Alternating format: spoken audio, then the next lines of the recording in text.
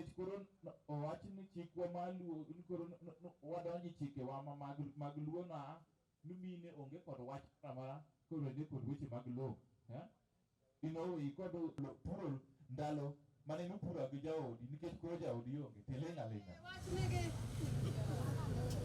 owinjore koro ka gik chalo timre to kik ili ler saidi to kisa jogi ni wangwa ler nikech matek My name is Hilary Omondi. I work for an institution called Siaya Muungano Network. We are based in Siaya, and today we are here in Ukwala together with the FPFK Widows Project. That is one of our partners we are working with to champion for widows' rights in the county. And basically, the key issues that we are talking about today are around gender-based violence against widows, which is affecting our widows across the county. Issues around land rights, issues around property rights, issues around stigmatization, and issues around even physical violence, especially for widows in the village.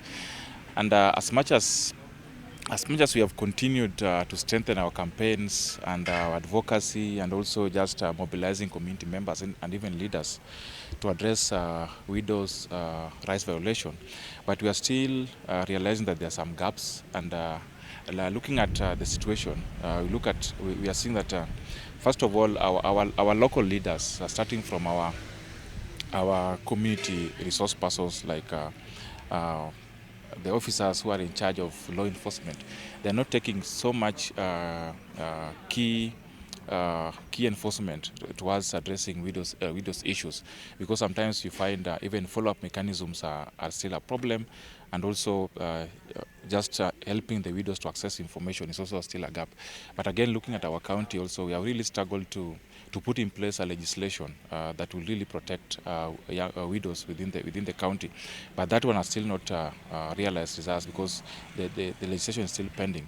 And our hopeful was that once we have the legislation, then even the county government of Siaya will put in place measures, including resources that will protect and also support social and also economic well-being of our widows in the county.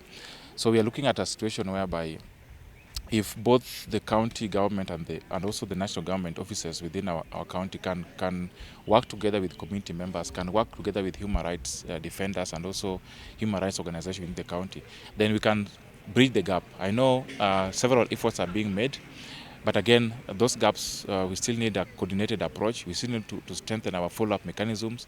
We also still need to strengthen referral pathways within the community, because if widows don't understand the referral pathway within the community, starting from the village elders to the chiefs, to the assistant chief, even up to the level of our judiciary, then we'll still continue to talk about violations. So we do hope that with continued campaigns, with continued advocacy, we'll be able to bridge the gaps that exist. My name is Dorothy Muga. I work with FPFK Widows Project. We were here today commemorating the 16 days activism against gender-based violence. We work with the widows, and so the theme very well fits with the lives of the widows who are targeted with the gender-based violence. The extension of it is the sexual bit, where the widows are faced with the sexual violations due to the retrogressive traditions that target the women once their husbands die. So that is why we were here today. We together with other partners, we were here to just open their eyes, as well as warn this community. We chose Ukwala today to warn them so that they can stop this. Ukwala is part of Siaya County, one of the sub-counties, which also has widows, and they target the widows, some of them knowingly, some of them not without knowing that they are perpetrating sexual gender-based violence. So we were also warning them to stop the gender-based violence kind of acts towards widows. The situation it's not good, because even with us already working in the ground, this is our 8th year, the reports or the cases being reported of sexual gender-based violences have not gone down. We still have cases. And then again, what also makes the situation to not change much, there are not so many CSOs who are targeting the widows as beneficiaries. And so the situation is not changing much.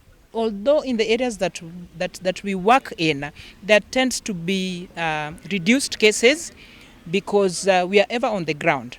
But in places where we are not working or there are no NGOs or CSOs that are working, the cases are quite high. Kwa majina naitwa Nelly Adepo kutoka kikundi cha Mine Nyalo Widows under FPFK. Tulikuwa hapa Ukwala leo na maneno ya GBV. Imelinga sana sana wajane. Hapo kitambo wajane walikuwa wanasumbuliwa sana. Hata sasa kuna wengine bado wako na hizo mila wanasumbua wajane. Unapata mjane maybe alikuwa town, mwanaume amekufa, amerudishwa nyumbani. Unapata mashemeji wanang'ang'ana kuchukua vitu za mjane. Na hizo vitu walitengeneza kama wako wawili. Ilikuwa ni mwanaume na mke. Mwanaume akikufa vitu zimebaki huwa ni ya mwanamke. Mwanamke akikufa vitu zimebaki huwa ni ya mwanaume. Unapata wanaingilia, wanachukua, wanaenda nazo. Hata kama wamezika, unapata kama mother-in-law anatuma maybe mtoto wake ama mjukuu wake atienda kwa udongo pale, ulete sufuria tupike githeri. Hiyo sufuria ikikuja, githeri haitapikwa, ataficha chini ya kitanda. Hata kama ni blanketi ama vikombe, utapata hajatumia, anazificha. Sasa ananyang'anywa vitu zake. Na sheria sasa inasema vitu zile mlitengeneza na bwana, mtu mmoja akikufa ni ya ule mtu amebaki. Unapata hizo vitu zinafanya. Hata kama ni shamba. Shamba sasa kama alikuwa town, wanasema ulikuwa town ujui vitu zilikuwa zinafanyika hapa nyumbani. Hii shamba si yako, hii shamba ni yetu. Unapata kama shemeji yako, huyu anakufa hivi anaenda kujenga kwa hiyo shamba. Na hiyo shamba hata jina yake hakuna. Maybe mzee aligawanya shamba akaandika jina ya huyu amekufa. Na unapata shemeji yako anaenda kujenga hapo na already hiyo shamba si yake. Anajua very well si yake. Na ukienda mbele maybe because ukifuata protocols uende kwa chief ama assistant chief. Unaona huko pia tukienda kuna wengine wao wanapata hiyo advantage ya kushikashika mjane akienda huko ama mtu ameenda huko cause anataka pay asaidiwe. Anasema usiponipatia mimi hakuna kitu nitakusaidia nayo. Lakini uzuri hii project vile ilikuja, my area chief hata assistant chief, village elders, mashemeji, mother-in-laws walipelekwa training. Wanajua kile kinaendelea na wanajua uzuri yake. Hata kama kesi ikikuja imeshika mjane, lazima watafute mjane wa nje ama tutafute twende tumsaidie. Sasa huwa tunasaidiana hivyo kwa ground. Unaona mila hapo kitambo, hata sasa kuna wengine wanafuata, kuna mabomba zingine bado wanafuata tu hizo mila za kitambo. Ili bwanaka akikufa wanatafuta mtu wa kukuridhi. Hawajui huyo mtu ako aje, hawajui ako positive ama negative, hawajui. Au wakishapata tu ati ndugu yao amekufa, wanakutafutia mtu. Na kama we ni mjane ukakubalia na hiyo mila, hapo ndio ugonjwa inabaki. Na sheria ya sai, katiba ya mjane iko. Ile inasema mjane ako na nafasi ya kutafuta mtu anaishi naye, aishi naye mahali popote anataka. Hata bidhaa zile aliwachwa nayo kama bwanake alikufa ni zake, si za mother-in-law, si za mashemeji. Unaona mashemeji wanafight, wanataka hizi vitu, wanaenda kusaidia nayo mabibi zao, familia zao, lakini wewe utabaki na nini? Hakuna. Sasa unaona wanafuatilia sana, na si vizuri kufuatilia. Sasa katiba inasema mjane ako na zake, sheria zake zile anafaa kufuata. Ujumbe wangu wa mwisho, wajane wale bado hawajapata funzo, wajapata mafunzo, si tuko tayari, wanaweza katutafuta, kutuita, tuende tuwafundishe. Sana sana groups. Tunaenda kwa mabaraza, huwa tunaenda, tunafunza. Hasa kama uko na shida hapo nje, ama unaona umenyang'anywa bidhaa yako ama mali yako ile bwanako alikuacha nayo, jaribu tutafute, tukuje tuwafunze, muone ni hatua gani mnaweza chukua.